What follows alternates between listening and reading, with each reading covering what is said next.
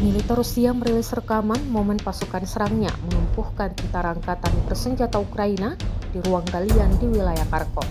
Rekamannya beredar di Telegram pada Selasa, 10 Desember 2024. Dalam rekaman tersebut, tampak salah satu pasukan Rusia diam-diam mendekati ruang istirahat Angkatan Bersenjata Ukraina, memasang alat peledak di sekelilingnya untuk menghisap para tentara yang bersembunyi di bawah tanah dan menyebabkan ledakan. Selama kerja tempur pasukan Rusia, kelompok pasukan Barat, 2 personel militer Angkatan Bersenjata Ukraina memutuskan untuk menyelamatkan nyawa mereka dengan meletakkan senjata dan menyerah.